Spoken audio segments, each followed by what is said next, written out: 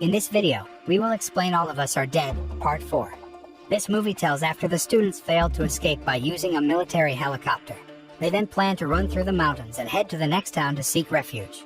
When their friends one by one become zombies, and their loved ones had to make sacrifices, will they finally be able to survive this terrible zombie outbreak? Let's find out in All of Us Are Dead Part 4. All of Us Are Dead Part 4 begins by showing Dae-soo who beats Chong-san's mother, because he did not know that the zombie in front of them was Chong-san's mother. Chong-san was instantly angry and immediately rushed to help his mother by beating Dae-soo. Soo-hyuk rushes to break up Chong-san and Dae-soo's fight, because if they keep making a fuss, the zombies will come back. On-jo and the others also try to convince Chong-san that his mother has become a zombie. He can't help but accept that fact. Chong-san then remembers the good memories he spent with his mother and regrets that his mother became a zombie. On the other hand, Hari and her friends are already outside the school building, and are about to head to the tennis court. While walking through the area behind the school, one of the students named Yor-young fell because the road was muddy and slippery. The girl then asked Ji-min to help her. Seeing a zombie approaching, Ji-min decides to leave Yor-young and runs after her friends. Not long after, Woo-jin arrives and helps Yor-young, just before the zombie bites her. When Woo-jin and Yor-young struggled against the zombie, suddenly an arrow shot straight into the zombie's head, paralyzing it. Hari and her friends then follow Woo-jin, who is very happy that his sister is still alive and has saved her. On the other hand, Ji-min turns out to be lost and separated from her friends.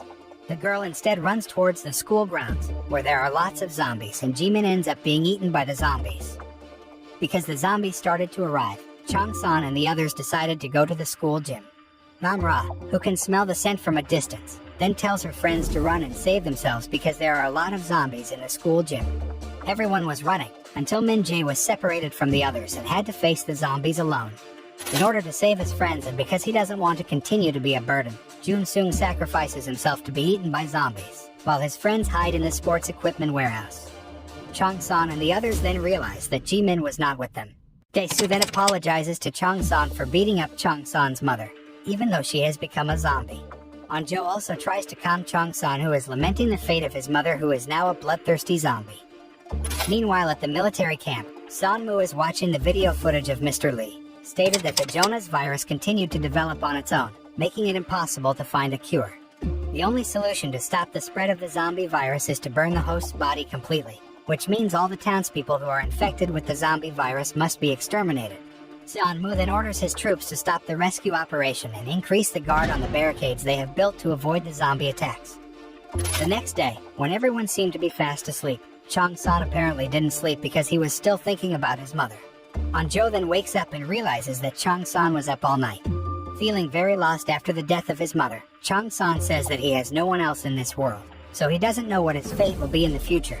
On-jo responds quite casually, with the girl trying to encourage Chong-san to not give up and keep fighting until they all reach the safest shelter and discuss the matter further. Elsewhere, Soju is seen climbing a hilly area while wrapping a rope around each tree trunk he passes as a guide, so that he doesn't get lost when going down the hill and back to the residential area. Since everyone was awake now, Chong-san and the others then discussed how to get out of there while avoiding the zombies that were blocking the room outside. Soo-hyuk suggests that they use the trolley as a barricade, so they can get past the zombies roaming outside. Soo-hyuk's idea is well received by his friends. However, Jun-young and Mi-jin differ on how to build a barricade that is strong enough to withstand the zombies' attacks.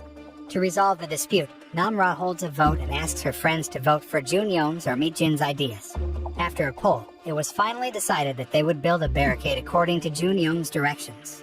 Because Mi-jin seems annoyed that she lost the vote, Jun-young then says that he will take responsibility if his method doesn't work. While preparing things to carry out their plan, Chong-san found a bar of chocolate.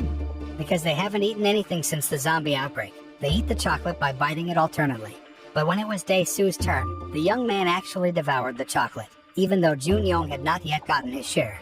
As a result, everyone scolds Dae-soo for not thinking about Jun-young. Chong-san and his friends then carried out their plan, but because of the large number of zombies, they had difficulty moving the barricades to get past the zombies and rushed to the exit. Realizing that his plan is not going well, Jun-young then takes the initiative to climb the barricade and fight the zombies by sacrificing himself, so that his friends can reach the exit safely. On the other hand, Soju made it through the hilly area and is now heading to an empty building not far from Yasan High. After battling several zombies in the building, Soju finally arrives at Yasan High School. and meets Anjo when the man manages to open the school gym's exit, where Anjo and her friends are trying to save themselves from the zombie attacks. Anjo really doesn't expect to meet her father at such a tense time. The father and daughter hugged each other to let go of their longing. After that, they rushed away from there, following Soju's directions. On the other hand, Gwynam, who has fully recovered, tracks down Chong-san's whereabouts again for revenge. Gwynam meets Min-jae, who is picking up a supply of arrows, and asks him about Chong-san because Gwynam smells Chong-san's scent on Min-jae's body. But Min-jae says that he doesn't know Chong-san. Gwynam is angry and then attacks Min-jae. Before fully turning into a zombie, Min-jae tries to shoot Gwynam in the head, but unfortunately he misses. When they want to escape to the hills and head to the city border, Soju and the students are again hunted by a swarm of bloodthirsty zombies, so they are trapped on the tennis court. Soju tries to distract the zombies by throwing flares, but it can't hold the zombies any longer. So Soju asks Anjo and her friends to save themselves immediately, while Soju will sacrifice himself to be eaten by the zombies in order to save the lives of his daughter and others. Seeing the sacrifices made by her father, Anjo was devastated, but she had to rush off with her friends to a safer place. Arriving at the empty building, Anjo and her friends still have to fight against the zombie attacks that are there, until they finally manage to hide on the side of the window of the building being renovated. Anjo still looks so sad and frustrated at her father's sacrifice. Chong-san then hugged the girl tightly, trying to calm her down.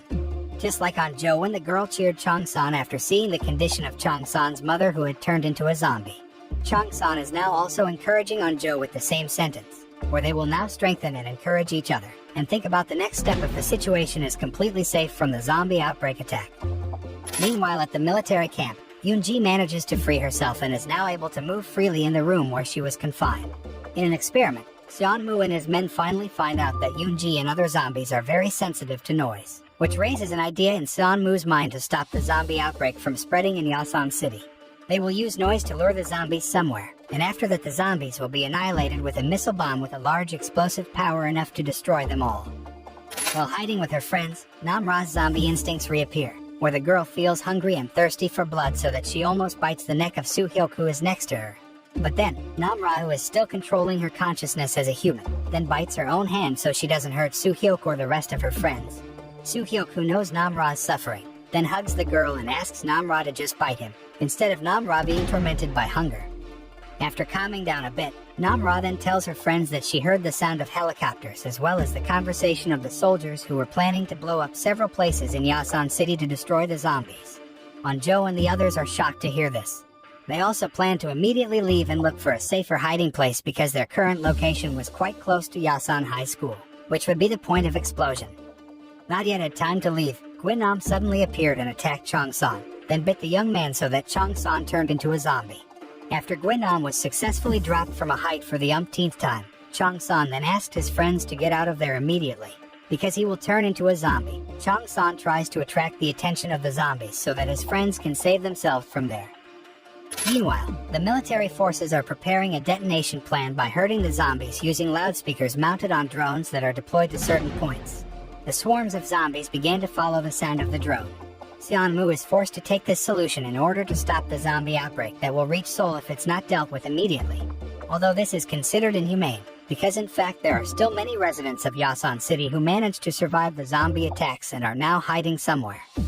Before leaving, Chong-san gives Anjo his name tag indicating that he really likes the girl, and hugs Anjo very tightly. Chong-san then asks Soo-hyuk to protect Anjo and his friends. Chong-san then entered the building and lured the zombies to attack him. The young man managed to outwit the zombies, and plunged them from a height, before finally Chong-san faced Gwynam again. The fight was unbalanced because Chong-san hadn't completely turned into a zombie, so he was badly beaten and couldn't fight back when Gwynam poked out his left eye. After the zombies had gathered at a predetermined point, Seon-moo immediately ordered his troops to blow up the place and annihilate the zombies. At the same time, knowing that Yasan High School and its surroundings will be blown up, Chong-san uses Gwynam's body as protection from the huge explosion that occurred there. After ordering a massive indiscriminate extermination of zombies, Seon-moo then orders one of his men to take command, while he returns to his room. In his room, Seon-moo makes a video recording of himself saying that he is the one responsible for the massive extermination he was forced to carry out to stop the zombie plague from spreading to other cities. Even though he knows that there are still many survivors, Seon-moo still carries out his plan. This is in contrast to Mr. Lee, who didn't even have the heart to kill his own son and wife, because Mr. Lee still has compassion even though the family he loves has turned into zombies and forgotten about him. Jeonmu then apologizes profusely to his family and all Yasan City residents for his actions that have cost the lives of many people. After that, Jeonmu decided to kill himself by shooting his head. Seeing the dust left from the explosion flying in the air, the survivors who are in quarantine realize the cruel actions taken by Jeonmu to stop the zombie outbreak by costing the lives of thousands of people who don't turn into zombies out there. Luckily, Anjo and her friends manage to escape in time and avoid the explosion that engulfs their school, wiping out their zombie friends. During the escape, Dae-soo sustains an injury to his leg, so they decide to postpone the trip to the border and rest until morning. The next morning, Anjo plans to return to the empty building to find out where Chang-san is. Accompanied by Soo-hyuk and Nam-ra, Anjo rushes over there, while the rest of her friends wait and rest. When they got there, Nam-ra said that she didn't smell the scent of Chang-san's body or the other zombies, indicating that Chang-san's body might have been burned to the ground. Anjo can't hold back the tears and pain she feels.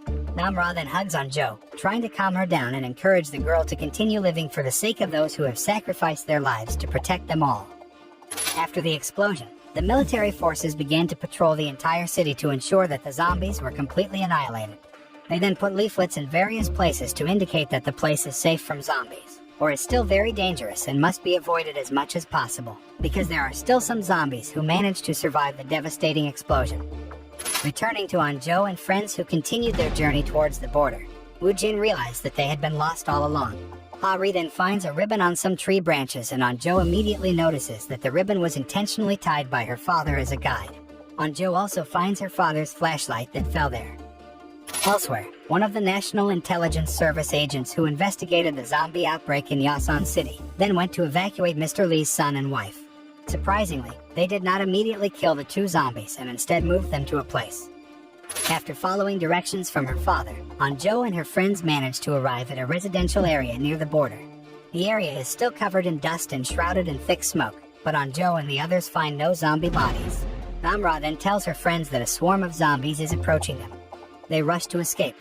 Thinking that he was just a burden because he was injured, Dae-soo then asked his friends to leave him. But Soo-hyuk and the others insist that they will never leave anyone and will protect each other. Soo-hyuk and the others then take various objects around them that can be used as weapons, and work together to face the zombies. In the attack, Woo-jin sacrificed himself to save his sister's life. Ha-ri is devastated that her younger brother is now a zombie. Since she was unable to kill her own brother, Nam-ra finally killed Woo-jin with one fatal blow. While continuing their journey to the border, Nam-ra is again seized with the desire to eat human flesh. Not wanting to hurt her friends, Nam-ra decides to sneak away from her friends. However, Soo-hyuk and Anjo notice Nam-ra's departure, so they both decide to find Nam-ra first. The two then find Nam-ra who is eating the flesh of the zombies. With her zombie instincts still taking over her body, Nam-ra immediately attacks Anjo, trying to bite her. Soo-hyuk can't bear to hit Nam-ra, until Nam-ra finally wakes up after Anjo says that they are friends. Nam-ra, realizing that she was starting to lose control and almost hurt Anjo, immediately rushes away from there as far as possible because now she's starting to have a hard time controlling the zombie instincts that are trying to completely control her body. Unable to find Nam-ra's whereabouts, Soo-hyuk and the others continued their journey. When they arrived at the border, the military troops who were guarding there immediately pointed weapons at them. After that, Anjo and her friends are taken to the military camp to be quarantined for a while being interrogated about what happened because they are from Yasan High School where the zombie outbreak began. 3.5 months later, the residents of Yasan City who were in the quarantine center were asked to stay there because the Disease Prevention and Control Task Force had not yet been able to recognize the criteria for the Jonas virus which causes people to turn into zombies. Especially after knowing that people who appear normal can also be infected with the virus, as happened to Yoon-ji. However, donations and aid continued to flow from all over the country for the residents of Yasan City who had to stay in the quarantine center, because the central government had not been able to end the quarantine period for the residents of Yasan City due to the zombie outbreak. In the evening, Anjo is seen climbing the wall of the quarantine center, then walking towards a nearby hill, where Anjo apparently has been writing her feelings on a ribbon she tied to a tree branch, and also put some snacks nearby. In the message, Anjo writes about her longing for her friend, Isak, and her wish for Nam-ra to be back with them, as well as her feelings for Chang-san. As she is about to return to the quarantine center, Anjo sees a bonfire in the distance coming from her school building. The next day, Anjo then tells Soo-hyuk about it. Anjo assumes that the person who made the bonfire was Namra because the girl once said that she wanted to sit around the bonfire again with her friends. Therefore, Anjo asks Soo-hyuk to accompany her to the school building and find out who made the bonfire. Because it is quite dangerous, Anjo also asks Soo-hyuk to keep it a secret from their other friends. That evening, when Anjo arrives there, it turns out that not only Soo-hyuk has come, but also her other friends. After visiting the tree to place snacks and messages, they see a bonfire in the distance, just as Anjo said.